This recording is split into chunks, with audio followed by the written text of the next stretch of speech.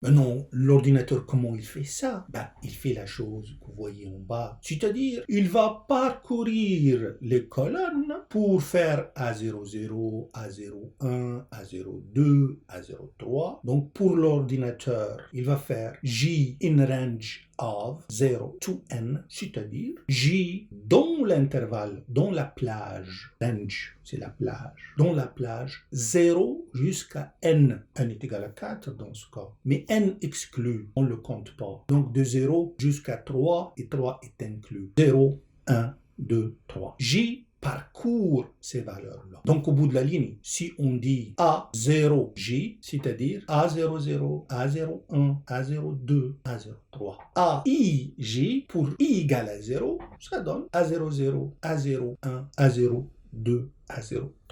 Donc l'ordinateur, il fonctionne avec des mots-clés comme ça, tels que in range of, in range puis parenthèse. Il a des mots-clés. Et au bout de la ligne, c'est le langage. On peut l'exprimer en français en disant dans l'intervalle 0 jusqu'à n, n exclu. Il fait la même chose aussi pour B, c'est-à-dire les chiffres blancs. Il divise par 1,5 pour la première équation. On va voir qu'est-ce qu'il va faire pour les autres équations. Il va faire pareil d'ailleurs. Et donc, il remplace B0 par B0 sur A00. Alors l'ordinateur, qu'est-ce qu'il dit? Dans le langage Python, il dit for pour J en français, in range of 0 to n en français. Pour J dans l'intervalle 0 jusqu'à n. N est égal à 4 dans notre cas. Mais n est exclu. On ne la compte pas. C'est-à-dire, J prendra les valeurs 0, 1, 2 et 3. Alors, pour A0J, J allant de 0 jusqu'à 3 inclus, qu'est-ce qu'on fait? A0J, A0 entre accolade, J entre accolade, égale la ligne tout à fait en bas ici, on a mis égal, mais la signification prend une nouvelle valeur. Donc A0J devient, égal ça veut dire devient, A0J, c'est-à-dire l'ancienne valeur, divisé par le pivot, c'est-à-dire A00. Et donc, la chose qu'on voit, les fractions qu'on voit dans la première ligne, la ligne qui est en haut, l'équation 0 si vous voulez. Donc les fractions, comment on les a faites? C'est à travers la ligne qui est tout à fait en bas, en jaune. On doit également faire la même chose pour les données blanches. Donc, le 27, là, on le divise par le pivot qui est égal à 2. Donc, B0, c'est le vecteur B, l'indice 0, l'indice commence par 0, ça devient B0 divisé par 2, divisé par le pivot qui est A00. Maintenant, on doit faire la même chose pour les 4 équations, pas seulement pour la première. On a fait pour la première, encore une fois, première, c'est-à-dire celle qui est en haut, c'est-à-dire l'équation numéro 0, puisque l'indice commence par 0 dans les langages de programmation. Donc, on a traité celle-ci, c'est-à-dire I égale à 0. I, ça nous donne une ligne, et le J, ça nous donne la colonne. Puis, la chose qu'on a colorée avec le gris, en fait, on n'a fait que varier le J de 0 jusqu'à 3, jusqu'à 4 exclus. Donc, on a fait ça pour le 2, pour la première donnée, puis on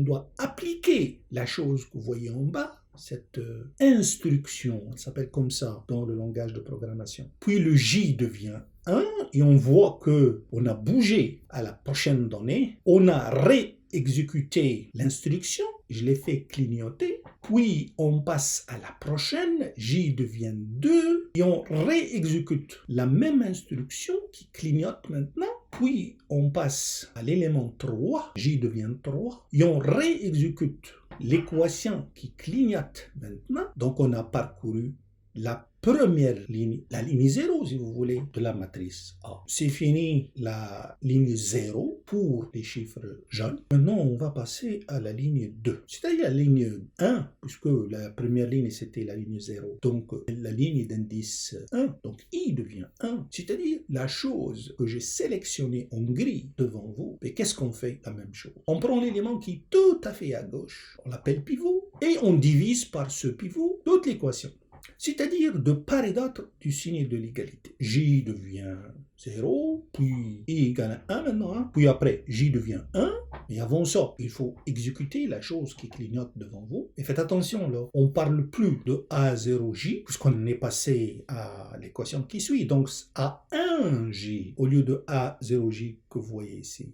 Et puis, à droite du signe de l'égalité, A1J au lieu de A0J, divisé par le pivot. Le pivot n'est plus A00, ça devient A10.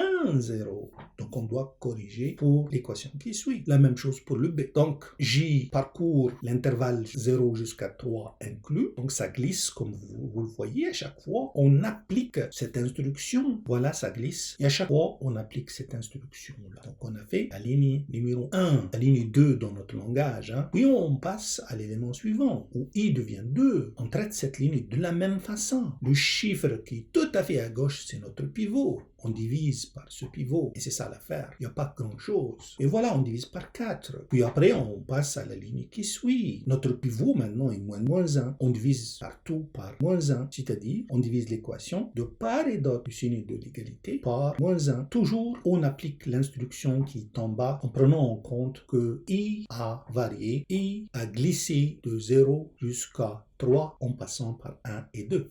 Donc, on a traité ce système-là, comme vous avez vu. Les choses en couleur bleu clair, ancienne, là, je ne les ai pas considérées du tout. Ce sont les choses jaunes et blanches qui se sont intervenues.